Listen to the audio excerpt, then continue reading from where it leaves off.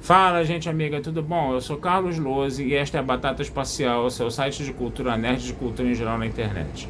Meu canal no YouTube é o Carlos Eduardo Lose Rezende. Lose se escreve L-O-H-S-E, Rezende se escreve com Z. Se inscreva no canal, toque o sininho das notificações para saber quando tem vídeo novo, curta, compartilhe e comente.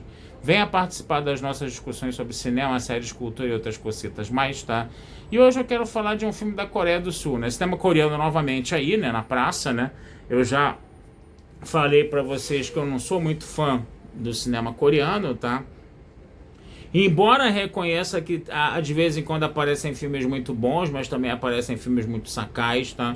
E hoje eu quero falar de um filme bem interessante, tá? Um filme bom, tá? Eu gostei bastante, tá? Chamado Na Teia da Aranha. Esse filme Na Teia da Aranha, ele tem um ator do cinema coreano que ele trabalha em vários filmes da Coreia e geralmente os filmes que ele trabalha são muito bons, tá? Um exemplo disso é o filme Táxi, por exemplo. Esse filme realmente é um filme coreano que eu gosto muito, tá? E que tem esse ator como protagonista. Eu não vou saber o nome dele agora, né? Que são aqueles nomes lá da Ásia, lá todos complicados lá, tá? Então realmente eu não vou guardar um nome desses, tá? Mas hoje tem IMDb, né, gente? Vocês podem dar uma olhadinha lá no IMDb que vocês vão saber quem é, tá?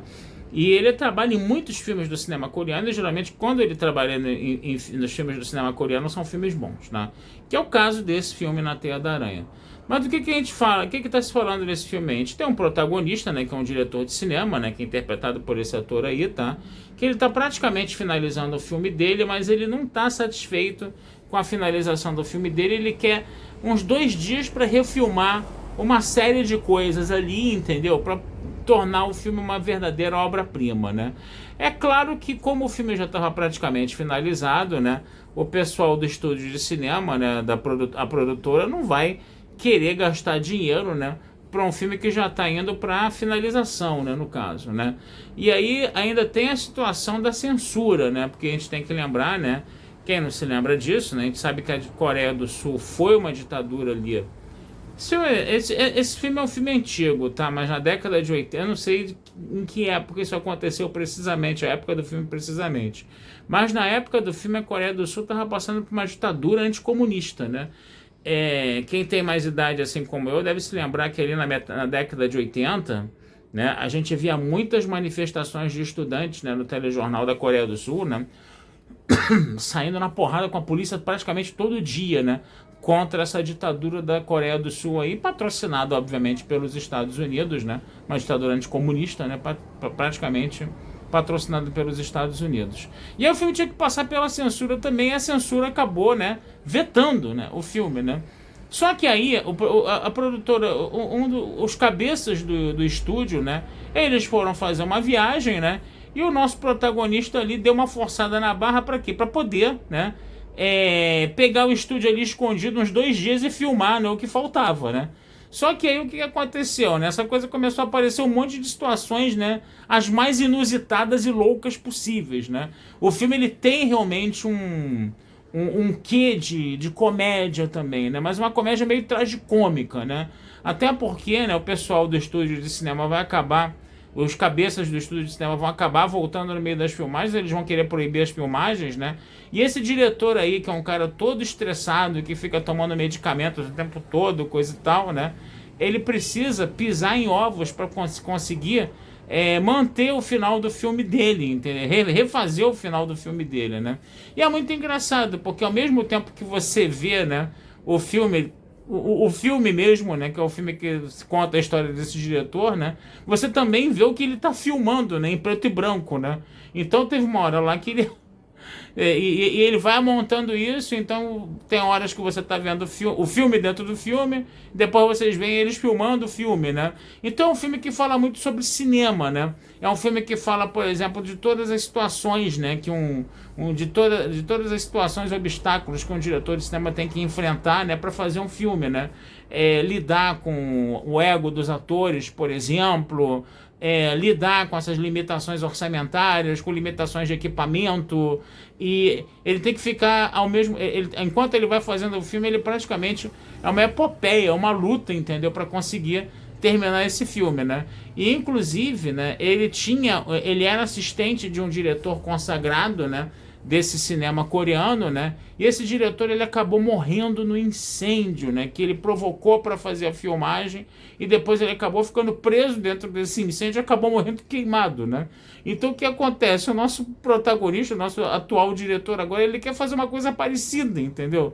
Ou seja, botar fogo no estúdio para filmar, podendo ter um incêndio de proporções terríveis, dantescas, generalizadas, né? E ele está querendo botar isso como se fosse uma espécie de grande apoteose, né? Desse filme que ele está fazendo, né? Aí no final do filme é interessante que toda a parte que ele refilmou a gente tem a oportunidade de assistir. E aí você vai conectando as coisas, né? Que estavam sendo filmadas, né? Como se o próprio espectador que está vendo o filme depois finalizado, o restinho do filme, né, dentro do filme finalizado, né, como se o próprio espectador ele fosse um participante ativo da montagem do filme, né? Isso é uma coisa interessante, né? Que você vê o filme sendo feito, né, e depois você vê o filme montado, e aí você vai lembrando das filmagens dentro do filme, desse filme dentro do filme, né? Então é um filme legal, que é um filme sobre cinema, gente. É um filme bem bacana nesse ponto sobre cinema, né? E fala das angústias desses personagens aí, né? E você tem uma visão super tragicômica. Por exemplo, para ele driblar a censura, para ele driblar a proibição lá do chefão do estúdio mesmo, ele teve que ficar falando que era um filme anticomunista, né? E aí o próprio cara começou a assistir aquilo, né? Então você tinha umas coisas muito loucas nesse filme aí, né? Muito bacanas mesmo, né? Os chiliques das atrizes que se achavam grandes estrelas, aí entra uma mulher para substituir, aí ela não quer, não coisa e tal, e ficava aquela briguinha, né? O ator que acha que engravidou a atriz, né? Mas a atriz na verdade desengravidou de outro, e tudo isso é levado à tona publicamente na frente de todo mundo, né? Então o filme tem umas loucuras assim muito grandes, né? E vale a pena assistir. É um filme de ritmo bem frenético, gente, bem frenético e bem tragicômico, né? Então é um filme que vale a pena dar uma olhada assim, tá? Infelizmente eu peguei uma sessão às 9 horas da noite, né? O cinema estava bem vazio, mas dê uma olhada nesse filme aí na Teia da Aranha que ele é bem interessante, tá? Vale a pena dar uma assistida assim, tá certo? Gente, vou ficando por aqui, tá? Desejando vida longa e próspera a todos. Meu canal no YouTube é o Carlos Eduardo Lousa Rezende. Meu site é o batataespacialtudojunto.com.br. Futuramente a gente vai conversar sobre mais filmes aí com vocês, tá bom? Um abração, fui e até a próxima.